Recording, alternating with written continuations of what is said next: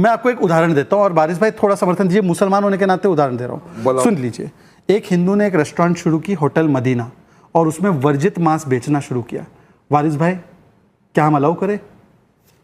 जिसको नहीं वर्जित मांस और मदिरा होटल मदीना के नाम से हिंदू ने बेचना शुरू किया, तो आप उसके समर्थन में हाँ बोलो। ये इस पर नहीं बोलेगा कि इसके समर्थन में है या नहीं। खैर दोस्तों, ईटी न्यूज़ स्वदेश पर बीजेपी के शहजाद पूनेवाला और एआईएमआईएम के वारिस पठान, इन दोनों के बीच यूपी में नेम प्लेट के कानून को लेकर डिबेट हो रही थी, जिसमें वारिस पठान इस कानून को गलत बता रहा था। लेकिन जब शहजाद पूनेवाला ने ये बताया कि ये कानून तो पहले से ही है, तो देखो वारिस पठान कैसे बातें घुमाने लगा। नाविका जी, सबको जब बोर्ड लगा के डिस्प्ले करना है और अगर ये एंटी मुस्लिम है, तो क्या यहाँ पर बैठे हुए कुछ महाज्ञानी लोग ये बता रहे हैं कि मुसलमान समाज के लोग ही अपनी शिनाख्त या आइडेंटिटी छिपाकर लोगों को बेवकूफ़ बनाते हैं, और यही लोग हैं जो हलाल सर्टिफिकेशन को सेकुलर मानते हैं। और नाविका जी, आज आपके शो पे बड़ा खुलासा करूंगा।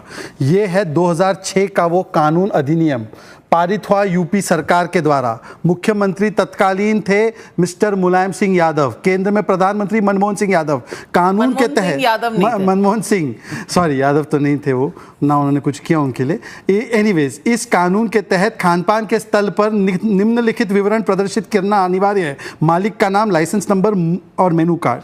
मुझे बताइए कि तब करे तो वो चमत्कार और हम करें तो गुनेगार। 2011 का भी अधिनियम है food and safety standards act का, जिसमें पॉइंट नंबर 1 में क्लियर लिखा है कि जो लाइसेंस की कॉपी है उसको आपको डिस्प्ले करनी है। तो मैं पूछना चाहता हूं कि अब क्यों सांप्रदायिकता दिख रही है? सांप्रदायिकता इसलिए दिख रही है क्योंकि वोट बैंक की पॉलिटिक्स का खून मुंह पे लग गया है। इसीलिए हिंदू हिंसक है से शुरू होती है बात, और हिंदू टेरर से शुरू होती है बात, और फिर किस प्रकार से सेकुलर डिसीजन में भी, असम में भी डिसीजन क्या लिया गया कि चाइल्ड मैरिज जो है वो आप नहीं कर सकते। अगर कोई हिंदू, मान लीजिए आनंद या कोई अगर व्यक्ति चाइल्ड मैरिज करे तो उनको तो सजा होगी, पर अगर वारिस करे तो वारिस को कानूनी जो सजा है उसके बदले धर्म के आधार पर संरक्षण कैसे मिलेगा? आप में से कोई भी बैठा हुआ व्यक्ति पूछ लीजिए, हर्षवर्धन जी हो, मैं हूं, वारिस जी हो, विवेक जी हो, कोई भी अपनी बेटी की 6 साल की बेटी की शादी 50 साल के व्यक्ति से कराएगा? तो ये सांप्रदायिक कैसे है? ये तो हम यूनिफॉर्मिटी की बात कर रहे हैं। सांप्रदायिक तो वो है जो मुस्लिम के नाम पर प्रोटेक्शन देना चाहते हैं, ये असलियत में सांप्रदायिक है। वारिस पठान, चाइल्ड मैरिज, लड़कियों को 18 साल का होना चाहिए, ये एक साइंटिफिक प्रिंसिपल है। लड़कियां तैयार ही तब होती हैं, आप उससे पहले उन्हें शादी में धकेल दें। लड़के 21 साल में मैच्योर होते हैं, शादी में उससे पहले धकेल दें, ये गलत है और ये वर्ल्ड वाइड कहीं ना कहीं माना जाता है। और कावड़ की बात, सीधा कह रहे हैं कि हलाल सर्टिफिकेशन आपको चाहिए, तो इससे क्या प्रॉब्लम है? देखिए नाविका जी, अभी शहजाद पूनावाला साहब ने कावड़ के बारे में बात की। उन्होंने कहा कि मुसलमानों को अपनी पहचान छुपाने की क्या ज़रूरत है। तो मैं कहूँगा शहजाद भाई, मुसलमान अपनी पहचान छुपाता नहीं है। हमारी तो पहचान ये है कि हम पक्के सच्चे भारतीय मुसलमान हैं। हमारी तो पहचान ये है कि हम जिन्ना की 2 नेशन थ्योरी को ठुकरा के हमारे महान देश भारत में बाय बर्थ और बाय चॉइस रह रहे हैं, तो छुपाने की बात नहीं है। मगर सवाल ये कि जो फरमान जारी हुआ है, ये जो नोटिफिकेशन ऑर्डर आया है यूपी सरकार का, ये पर से इलीगल है, बैड इन लॉ है, असंवैधानिक है। ये वायलेशन है आर्टिकल 17 का, ये वायलेशन है आर्टिकल 21 का जो राइट टू लाइवलीहुड का बताता है। अनटचेबिलिटी की तरफ ये लेके जा रहे हैं, तो मुसलमानों का आर्थिक बहिष्कार करने वाली बात हो गई ना, जिसके लिए हम तो लड़े थे। 17 आर्टिकल 17 आया है, अब आर्टिकल 21 लाइवलीहुड की बात करता है। लेकिन आप देखिए 3-4 दिन से चल रहा है कि जहां जहां मुसलमान लोग काम कर रहे थे वहां के ओनरों ने उनको जॉब से निकाल दिया।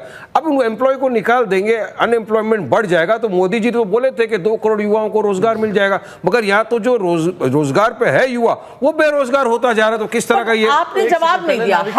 हलाल आपको चाहिए ना सर्टिफिकेशन, तो शुद्ध शाकाहारी भी तो लिखते हैं, कंज्यूमर राइट्स शुद्ध शाकाहारी भी तो लिखते हैं नाविका जी, जिसकी राइट ऑफ चॉइस है, जिसको खाना है जाके खाएगा, नहीं खाना नहीं खाएगा। बहुत समझदार है। मैंने कहा कि कानून में या निर्देश में कहीं पर भी मुस्लिम हिंदू नहीं कहा गया है, उन्होंने कहा है सभी को डिस्प्ले करना है। मैं पूछ रहा हूं कि आप लोगों के मन में ऐसा पाप क्यों है कि केवल मुसलमान छुपा के करता है? मैंने ये नहीं कहा मुसलमान करता है। सुन लीजिए दूसरी बात, और आपने कहा ये नोटिफिकेशन इलीगल है। बिल्कुल, ये 2006 का जो ऑर्डर है और 2011, उसमें मैं आप सरकार में थे, यूपीए की सरकार में शामिल थे। आप बता दीजिए कि यूपीए की सरकार में आपने क्यों नहीं दिया? आप सुनिए, 2011 में सांप्रदायिकता से निकल रही है ना शहजाद भाई, कावड़ यात्रा से निकल रही है, उस रास्ते पे मैकडोनल्ड भी है।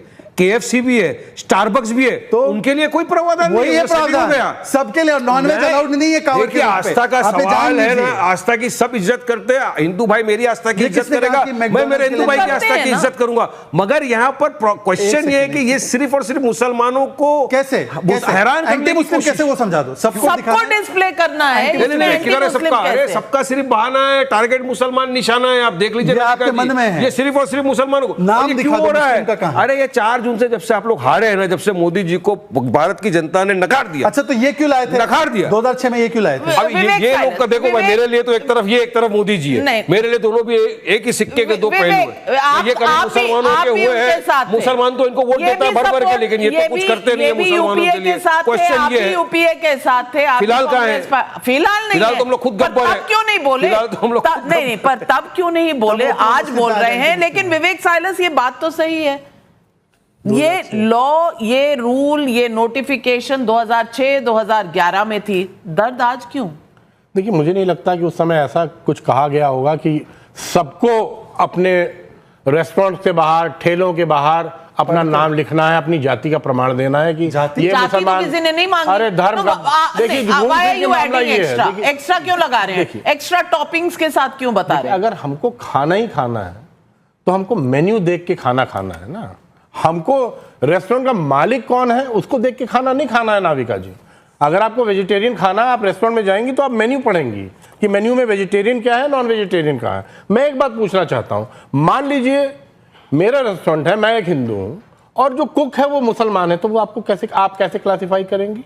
अगर वेटर मुसलमान है तो आप क्या करिएगा? क्या सबका नाम डिस्प्ले करिएगा? ये देखिए, समाज में सिर्फ घृणा पैदा करने वाला नियम बनाया गया है या जो भी है। एक सेकंड, पहले तो मैं आपको बता दूं विवेक जी, मुन्ना चाय वाला हुआ, विवेक जी एक सेकंड, राजू घी वाला हुआ, कैसे ढाबा पता चलेगा संचालक मुसलमान को, हिंदू है? मैं कानून से पढ़, ढाबा संचालक को अपने फार्म का नाम, अपने नाम व लाइसेंस संख्या लिखना अनिवार्य है 2006।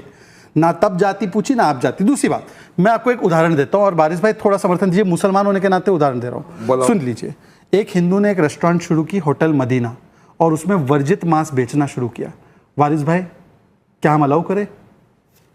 जिसको नहीं वर्जित जाना, मांस नहीं और जाएगा। मदिरा होटल मदीना के नाम से हिंदू ने बेचना शुरू अरे तो किया। भाई, आप उसके समर्थन में हाँ बोलो। कितने लोगों ने बियर बार का नाम रख दिया है मुसलमान के हिसाब से, तो क्या हम वहाँ पे उसको बंद करा देंगे आप लोग? तो आप सही बोल रहे हो। बियर बार, सही दारू बोल के रहे हैं। ठेके सब MIM इसके रस्ते सपोर्ट में उतर वहाँ गया पे है। आप कोई ऑब्जेक्शन हाँ, नहीं है, MIM इसके लेकिन जहाँ सपोर्ट पे में उतरा है। मुसलमान की बात आ गई, बस बीजेपी खड़े हो जाएगी डंडा लेके, नहीं मुसलमान को परेशान करो, इन्होंने हमको वोट नहीं दिया, इनकी वजह से हम हार गए, यही चल रहा है। अरे तो देखा आपने डिबेट चल किस मुद्दे पर रही थी और जब जवाब नहीं बना तो उसे किस डायरेक्शन में मोड़ दिया। खैर दोस्तों, आपको ये डिबेट कैसी लगी कमेंट करके बताएं। अगर वीडियो अच्छी लगी तो लाइक करें और चैनल को करें सब्सक्राइब।